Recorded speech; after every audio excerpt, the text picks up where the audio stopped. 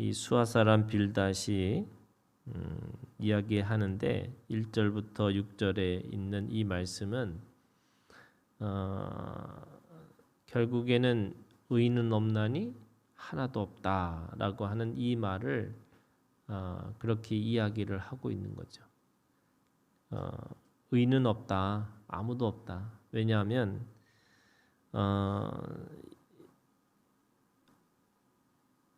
4절에 있는 말씀에 보면 하나님 앞에서라고 얘기가 있어요.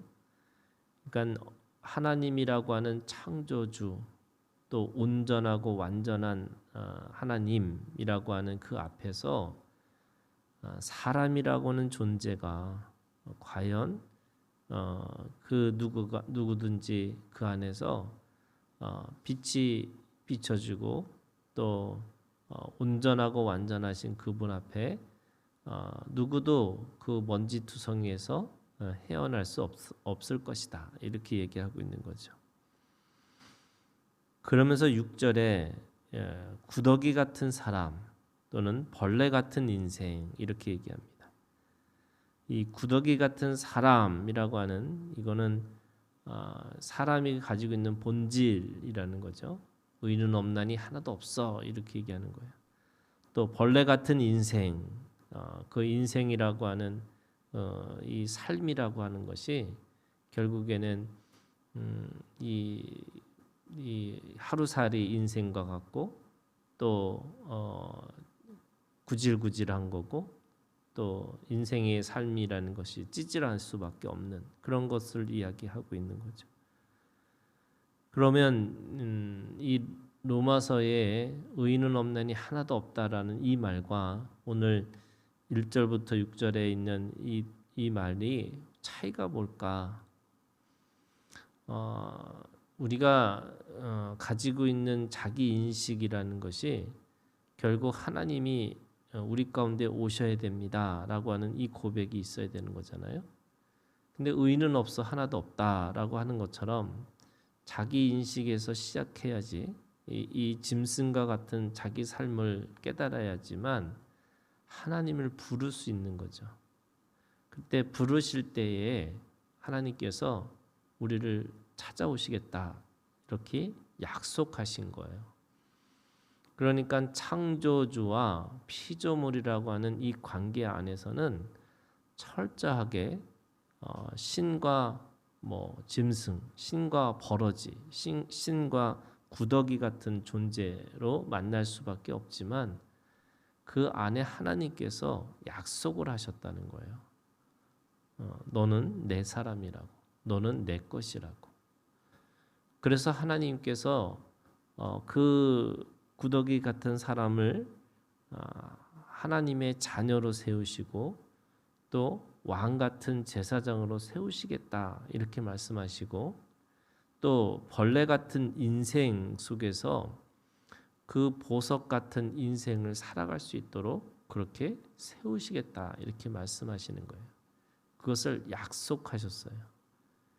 그러니까 내가 가지고 있는 세상에 가지고 있는 이 모습, 내가 지금 발을 딛고 있는 이 인생은 결국에는 구더기 같은 사람과 벌레 같은 인생 속에서 살고 있지만 하늘을 바라보면서 하나님이 약속하신 것을 기억하고 살아갈 때마다 오늘 하나님은 나를 왕 같은 제사장으로 세우셔서 하나님의 후사가 되고 또 하나님의 기업이 되게 하시고 또 그걸 통해서 하나님의 아들들이 되게 하셨어요.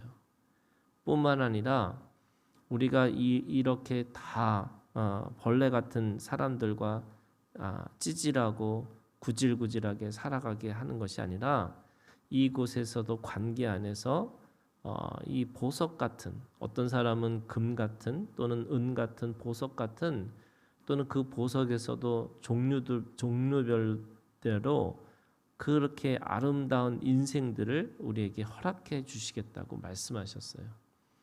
그러니까 이 수아 사람 빌닷이라고 하는 이 모습은 인생이라고 하는 시작을 관점에서 보면 맞는 얘기죠. 우리가 짐승과 같은 존재라고 얘기하는 거예요. 그런데 이 하나님의 약속을 모르는 사람에게는 이게 이렇게 살 수밖에 없죠. 근데 물론 이렇게 사는 것도 여러분 이게 지금 지혜인 거예요. 왜 지혜냐면 이것도 모르고 살아가는 사람이 너무나 많은 거죠. 자기가 구더기 같은 사람이고 벌레 같은 인생이라는 것을 깨닫지 못하는 사람들도 너무 많아요. 그러나 이 사람은 알고 있는 거죠. 하나님과 비교해 볼 때 자기 같은 존재 또는 이 인생이라는 시간이 아무것도 아니구나. 이것까지는 알았어요. 그런데 뭘 몰랐어요? 약속을 모르는 거예요. 우리는 하나님이 우리 가운데 계셔서 그 약속을 성실하게 지키시고 우리는 그 약속을 따라서 나은 자들이고 또 그 약속을 믿고 살아가는 사람들이고 또 그 약속이 죽어서 우리 가운데 이루어지는 게 아니라 지금 이 인생이라고 하는 썩고 새하고 없어지는 내 몸 안에서도 시작된다는 것을 믿고 살아가는 거예요. 자, 그러면 이거를 이렇게 얘기했던 현실 인식을 시켰던 이 수아 사람 빌닷에게 26장부터는 욥이 대답하는 겁니다. 자, 1절부터 4절에 있는 말씀은 뭐라고 그랬냐면 그냥 쉽게 얘기하면요. 욥이 이 수아 사람 빌닷에게 얘기하는 거예요. 너 잘났다고. 그러니까 네가 아무리 그렇게 얘기 안 해도 다 안다고 이러는 거예요. 너만 아는 거 아니라고. 지금 그 얘기를 하고 있는 거거든요. 그러면서 지금 2절에 보세요. 네가 힘없는 자를 참 잘도 도와주는구나. 무슨 말이에요? 힘없는 사람에게 계속 힘을 빼게 만드는 일을 하고 있다는 거예요. 기력 없는 팔을 참 잘도 구원하여 주는구나. 힘이 없는 이 팔을 도와주는커녕 너는 지금 힘을 빼고 있다는 거예요. 그러니까 지금 참 잘도 구원해줬다. 참 잘도 도와줬구나. 이 말은 거꾸로 얘기하는 거예요. 어떻게 보면은 비아냥거리는 거죠. 비웃는 거예요. 네가 그렇게 잘 알고 있으면 야 그렇게 구더기 같은 사람과 벌레 같은 인생이라고 했으면 나 좀 도와주지. 같은 구더기 신세처럼 또는 같은 벌레 같은 인생 속에서 좀 도와주지. 그렇게 잘 알면서 왜 그거 못 해주냐라고 하는 뜻이 숨겨져 있어요. 3절 지혜 없는 자를 참 잘도 가르치는구나. 큰 지식을 참 잘도 자랑하는구나. 네가 누구를 향하여 말하느냐? 누구의 정신이 내게서 나왔느냐? 이 누구의 정신, 이게 정신이라는 게 이게 하나님이 우리를 향해서 만드신 하나님의 이 바람이거든요. 이 루하오 같은 거예요. 그러니까 도대체 그 마음 씀씀이가 어디서 온 거냐는 거죠. 그 못된 이 짐승 같은 그런 이 판단하고 또 판단하는 것뿐만 아니라 심판하고 그러면서 그렇게 조롱하고 비웃는 그 마음이 도대체 어디서 온 거냐? 뭐 이렇게 이야기를 하고 있어요. 그러면서 5절부터 14절에는 이건 하나님에 대한 지금 욥이 그 하나님에 대한 뭘까요? 믿음에 대한 고백을 하고 있는 거예요. 그 하나님에 대한 믿음이 뭐냐면 하나님은 위대하시다는 거죠. 하나님은 우리가 생각하는 이상으로 또 다른 계획이 있을 것이다. 이렇게 얘기하는 거예요.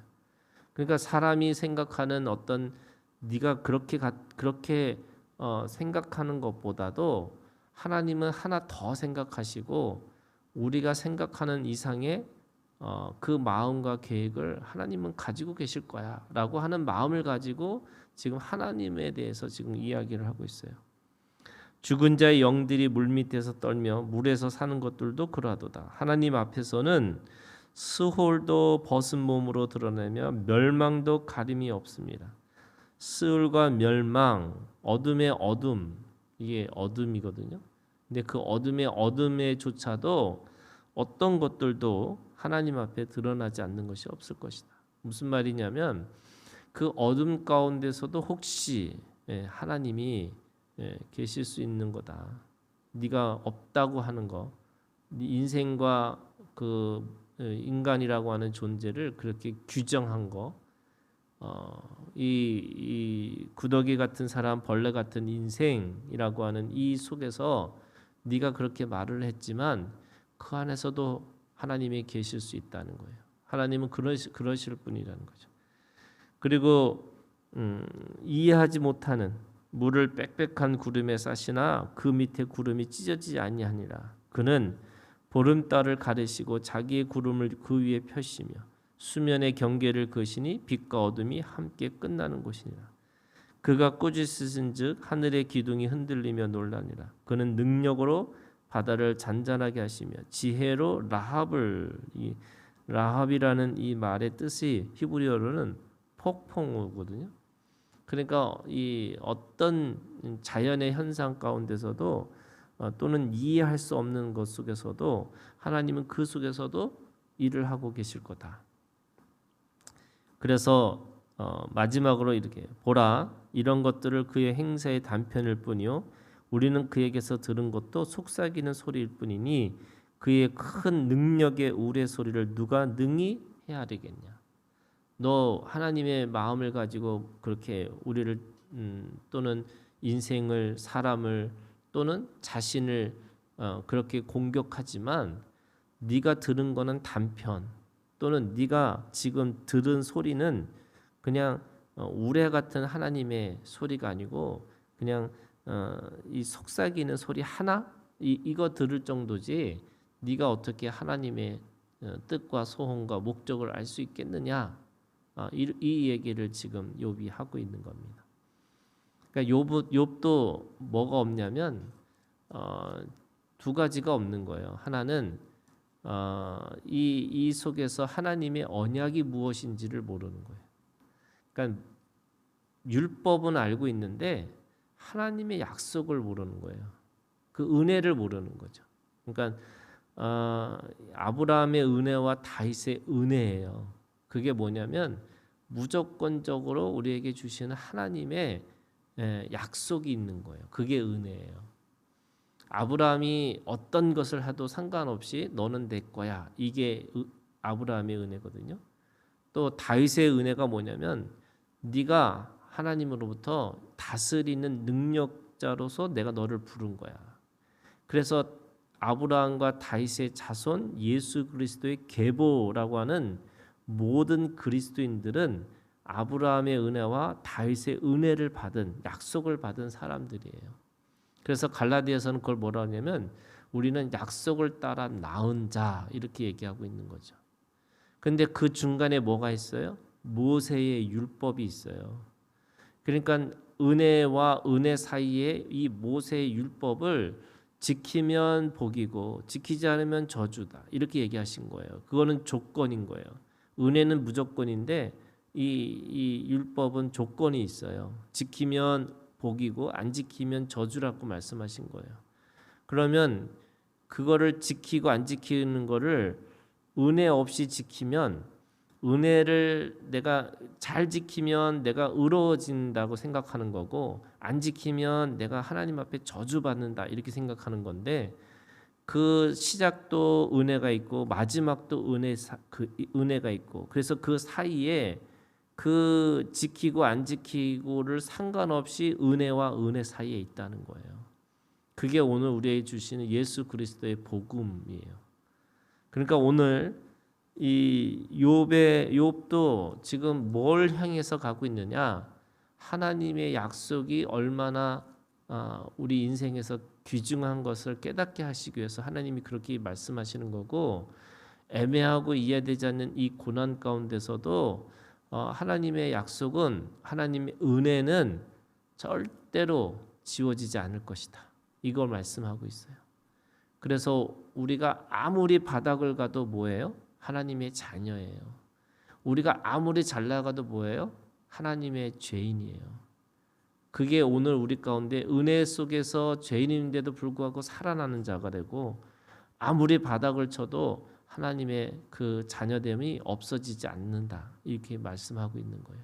오늘 은혜 안에서 은혜로 끝나는 우리들의 인생이 있고 내가 하나님으로부터 그 은혜 가운데 있기 때문에 하나님의 자녀고 하나님의 왕 같은 그 능력을 우리에게 주셨다고 하는 것을 늘 기억하고 선물이라고 하는 내 하나님이 주신 생명이 선물이고 내 인생이 하나님 앞에 선물인 것을 온전히 깨닫고 오늘도 승리하는 우리가 되기를 주님의 이름으로 축원합니다.